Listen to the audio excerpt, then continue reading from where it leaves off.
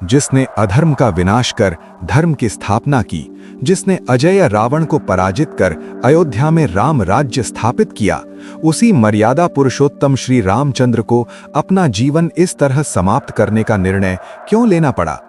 स्वयं भगवान होने के बावजूद उन्हें सरयू नदी के शीतल जल में क्यों विलीन होना पड़ा?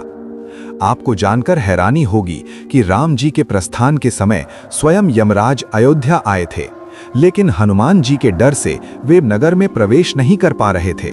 तो आखिर ऐसा क्या हुआ था कि श्री रामचंद्र को अपने परम भक्त हनुमान को छलना पड़ा? आज हम भारत के इतिहास के सबसे रहस्यमय और भावुक अध्याय का पर्दा उठाएंगे। नमस्कार, मैं हूं सुमंत, आप देख रहे हैं रिच जिंदगी। आज हम जानेंगे श्री राम के वैकुंठ प्रस्थान की वो अनकही कहानी जो शायद आपने पहले कभी YouTube या किसी अन्य प्लेटफॉर्म पर नहीं सुनी होगी। त्रेता युग का अंत निकट आ रहा था। अब त्रेता युग को समाप्त कर श्री रामचंद्र जी को वैकुंठ प्रस्थान करना था और द्वापर युग दरवाजे पर दस्तक दे रहा था। श्री रामचंद्र जी ने 11,000 वर्षों तक अत्यंत न्यायप्रियता के साथ शासन करने के बाद ये अनुभव किया कि पृथ्वी पर उनके रहने का उद्देश्य पूर्ण हो चुका है। काल के नियम के अनुसार उन्हें वैकुंठ वापस लौटना ही था। ठीक उसी समय वैकुंठ से महाकाल का संदेश लेकर यमराज मृत्युलोक में अवतरित हुए। लेकिन वे श्री रामचंद्र तक पहुंचते कैसे? यमराज ने देखा कि द्वार के बाहर महावीर हनुमान अटल पहरा दे रहे हैं। उनकी उपस्थिति में स्वयं काल पुरुष या यमराज के लिए भी अयोध्या में प्रवेश करना असंभव था। यमराज जानते थे कि वायुपुत्र हनुमान की अनुमति के बिना श्री रामचंद्र के प्राण हरना तो दूर, उनकी छाया को स्पर्श करने की शक्ति भी किसी में नहीं है। श्री राम समझ गए कि जब तक हनुमान पहरे पर हैं, तब तक मृत्यु के अधिपति उन तक नहीं पहुंच पाएंगे। तभी श्री रामचंद्र जी ने एक अचूक लीला रची। उन्होंने अपनी उंगली से बहुमूल्य रत्नों से जड़ित अंगूठी निकाली और फर्श के एक बारीक छेद में गिरा दी। फिर हनुमान को बुलाकर कहा, पवन पुत्र, मेरी प्रिय अंगूठी उस छेद में गिर गई है, उसे ढूंढ कर लाओ। प्रभु की आज्ञा मानकर हनुमान जी ने अति सूक्ष्म रूप धारण किया और उस छेद में प्रवेश कर गए। लेकिन वो कोई साधारण छेद नहीं था, बल्कि सीधे पाताल लोक का मार्ग था। पाताल लोक पहुंचकर हनुमान जी ने देखा कि वहां लाखों अंगूठियां ढेर के रूप में सजी हुई हैं और हर अंगूठी बिल्कुल श्री राम की अंगूठी जैसी ही दिख रही थी। हनुमान जी भ्रमित हो गए। जब वे उन अंगूठियों की जांच कर रहे थे, तभी पाताल के अधिपति नागराज वासुकी वहां प्रकट हुए। हनुमान जी ने उनसे पूछा, हे नागराज, मेरे प्रभु की अंगूठी कौन सी है? यहां तो सब एक जैसी ही हैं। वासुकी नाग ने मंद मुस्कान के साथ एक गहरा सत्य उजागर किया।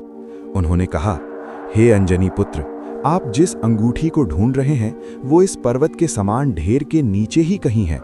ये ढेर असल में काल चक्र का हिसाब है। जब भी मृत्यु लोक में एक त्रेता युग समाप्त होता है और श्री राम के वैकुंठ प्रस्थान का समय आता है, तब एक अंगूठी इस पाताल लोक में गिरती है। आप यहाँ जितनी अंगूठियां देख रहे हैं, इसका अर्थ है कि इससे पहले भी इस पृथ्वी पर कई बार श्री राम आए हैं और अपनी लीला समाप्त कर वापस लौट चुके हैं। वासुकी नाग की बात सुनकर हनुमान जी स्तब्ध रह गए। वे समझ गए कि ये कोई साधारण अंगूठी का खोना नहीं था, बल्कि स्वयं भगवान ने उन्हें जानबूझकर दूर भेजा है ताकि यमराज अपना कार्य पूरा कर सकें। हनुमान जी की आंखें अश्रुपूर्ण हो गईं। उन्होंने महसूस किया कि महाकाल का पहिया किसी के लिए नहीं रुकता, यहाँ तक कि स्वयं अवतार को भी समय के नियम के अनुसार देह त्यागनी पड़ती है।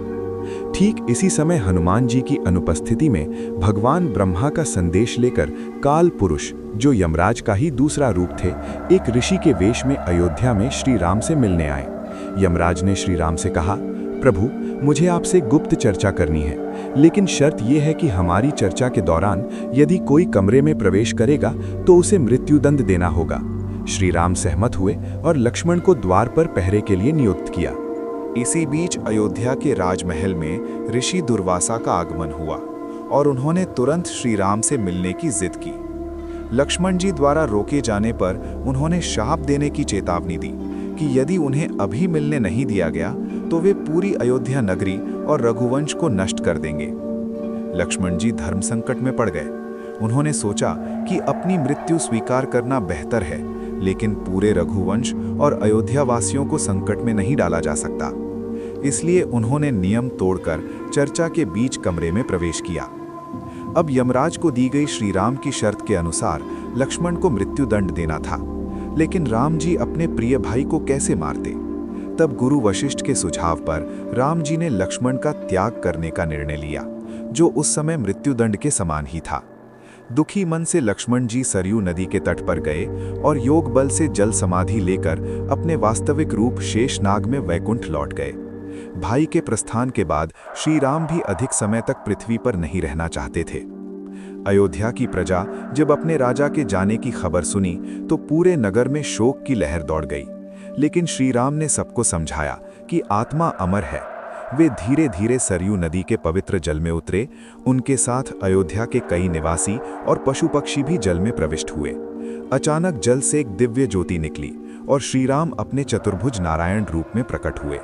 स्वर्ग से देवताओं ने पुष्प वर्षा की और श्री राम सदेह वैकुंठ धाम को प्रस्थान कर गए। अब प्रश्न उठता है, जल समाधि ही क्यों? हिंदू दर्शन में जल को सृष्टि का स्रोत और शुद्धिकरण का प्रतीक माना गया है। श्री राम का ये प्रस्थान कोई साधारण मृत्यु नहीं, बल्कि एक ब्रह्मांडीय चक्र की समाप्ति थी। आधुनिक विज्ञान जहां ऊर्जा के रूपांतरण की बात करता है, हमारे पुराणों ने हजारों साल पहले जल समाधि के माध्यम से उस शक्ति के परमात्मा में विलीन होने का मार्ग दिखाया था। श्री राम की ये विदाई हमें सिखाती है कि पृथ्वी पर आने वाली हर महान सत्ता का एक निश्चित समय होता है, लेकिन उनके द्वारा स्थापित राम राज्य के आदर्श आज भी जीवित हैं। दोस्तों, आपको क्या लगता है? क्या श्री रामचंद्र जी ने वाकई हनुमान जी के साथ छल किया था, या फिर ये उस ब्रह्मांडीय विधान का हिस्सा था? श्री राम के साथ कई लोगों ने जल समाधि ली थी, लेकिन क्या आप जानते हैं कि भगवान श्री राम ने किन दो व्यक्तियों को जल समाधि लेने से मना किया था? अगर आप जानना चाहते हैं कि वे कौन थे, तो कमेंट में अपनी बहुमूल्य राय जरूर दें। वीडियो पसंद आया हो तो इसे लाइक करें और ऐसे ही और पौराणिक रहस्यों को जानने के लिए रिच जिंदगी चैनल को सब्सक्राइब करें। मैं हूं सुमंत, आज के लिए विदा लेता हूं। मिलते हैं अगले किसी रहस्यमयी वीडियो में। जय श्री राम।